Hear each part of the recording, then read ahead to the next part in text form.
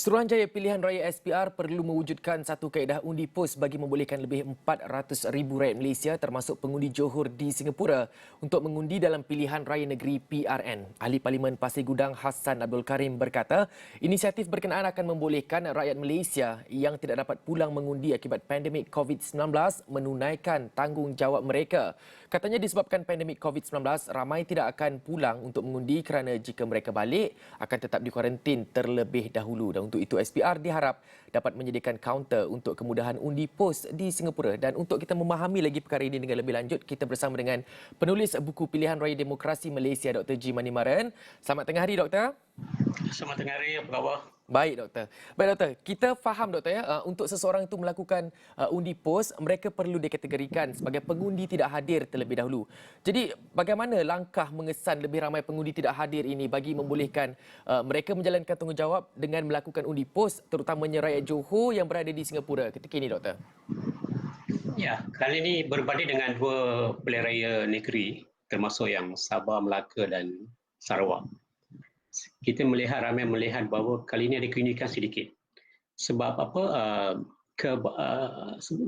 Di ramai pekerja Malaysia, terutama dari Johor, mereka bekerja di Singapura dan berada di Singapura sekarang, dan kita kebanyakannya berada pada masalah keluar dan masuk disebabkan oleh peraturan sekatan diperkenalkan oleh dua negara, Singapura dan Malaysia.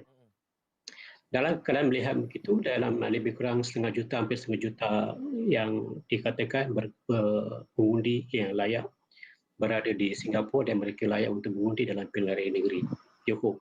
Dalam keadaan itu, kita melihat bahawa kita perlu sediakan satu kemudahan yang menyeluruh, holistik, supaya kita boleh mencapai apa dipanggil sebagai penyertaan dan penglibatan dalam pilihan raya. Bukan saja parti politik dan calon, tetapi pengundi itu sendiri, sebab mereka adalah salah satu pemegang taruh pihak-pihak berkepentingan sangat penting dalam memastikan prinsip semangat pilihan raya itu dicapai. Kita mengadakan pilihan raya untuk memilih wakil rakyat dan kerajaan, dan kerajaan negeri. So, kita melihat bahawa ada keperluan dan apa yang dikatakan oleh beberapa pihak, NGO dan ahli-ahli politik, mengatakan bahawa kita perlu sediakan kemudahan. Contohnya, kita balik dengan negara lain, kita tiada kemudahan. Peruntukan kemudahan bermaksud di sini ialah peruntukan undang-undang yang membolehkan kita wujudkan daerah mengundi, pusat mengundi di negara lain. Sebab di bawah Akta Pilihan Raya 1958 hanya mengatakan daerah mengundi dalam negara. Kita tiada dalam luar negara. Dalam keadaan berikut, iaitu di bawah Seksyen 7 itu, saya rasa pada pandangan saya mungkin kita ada satu lagi pilihan menyediakan peluang undi pos kepada rakyat Malaysia yang bekerja di Singapura yang tidak dapat pulang, yang takut untuk pulang, contohnya yang bimbang dengan pandemik. Mungkin kita kena sediakan kemudahan khusus untuk mereka dalam keadaan yang terdesak pada masa sekarang kerana pandemik, krisis kesihatan. Kita sediakan kategori pengundi tidak hadir. Kita tambah di bawah peraturan penjalanan pilihan raya 2002, SPR ada kuasa untuk menambah sebenarnya telah dilakukan pada tahun 2017 senarai apa dipanggil senarai mereka yang layak dikategorikan sebagai pengundi tidak hadir ditanda kepada contohnya pengamal media, pekerja hospital, semua telah ditambah 2017. Saya melihat dalam senario tersebut pada tahun 2017 dan hari ini kalau kita dalam keadaan lebih terdesak kerana krisis kesihatan, kita boleh sediakan SPR boleh ada kuasa untuk menambah kategori. Kategori bermaksud pekerja di Singapura.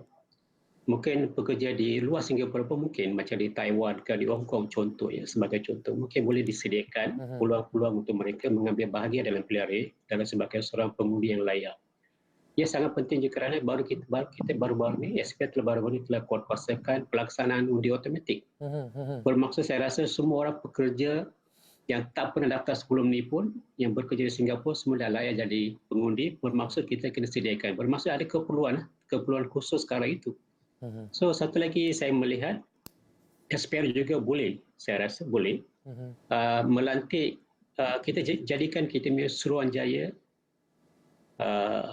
Tinggi Malaysia di Singapura gunakan sebagai pusat pengantaran undi pos, kertas undi pos, dan membolehkan rakyat yang mereka yang dapat kertas undi pos mengundi di sana, memangkal di sana, serahkan kepada pejabat Pusatjaya Tinggi Malaysia di sana, di Singapura.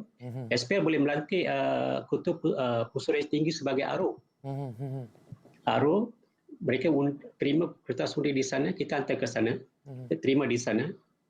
Dari segi kawalan pergerakan semua, kita undi di sana, mereka membekaskan, serahkan kertas undi dalam sampul surat itu kepada pejabat, ketua aro di sana, dan mereka boleh kirim di sana dan hantar keputusan itu kepada SPR dalam waktu yang cepat.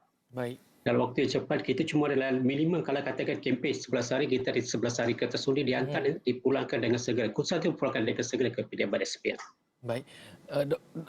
Doktor ada menyebut juga tadi pasal bagaimana nak melicinkan proses melakukan undi pos di sana, dan bagaimana pula dengan ada setengah negara yang ada pusat kemudahan mengundi di negara-negara luar. Jadi dalam kenyataan yang disebut oleh ahli Parlimen Pasir Gudang semalam juga ada menyebut bahawa SPR diharap dapat menyediakan kaunter kemudahan undi pos di Singapura. Jadi bagaimana doktor melihat keperluan perkara ini dapat dijadikan secepatnya dengan inisiatif kerajaan dengan kerajaan G2G, doktor? Saya rasa oleh kerana kita ada dari segi peraturan SPR ada kemudahan, peruntukan undang-undang, legal framework itu ada. Saya rasa kita perlu lakukan sebab akhirnya mengapa kita mengadakan pilihan raya ialah untuk menjuburkan demokrasi. Membolehkan rakyat mengundi dan memilih wakil rakyat dan membentuk kerajaan. So niat itu baik. Cuma kita berada pada sekatan, tersekatan kerana krisis kesihatan pandemik. So saya rasa SPR melalui kerajaan, melalui Kementerian Luar dan kita boleh G2G. Saya setuju dengan tu G2G.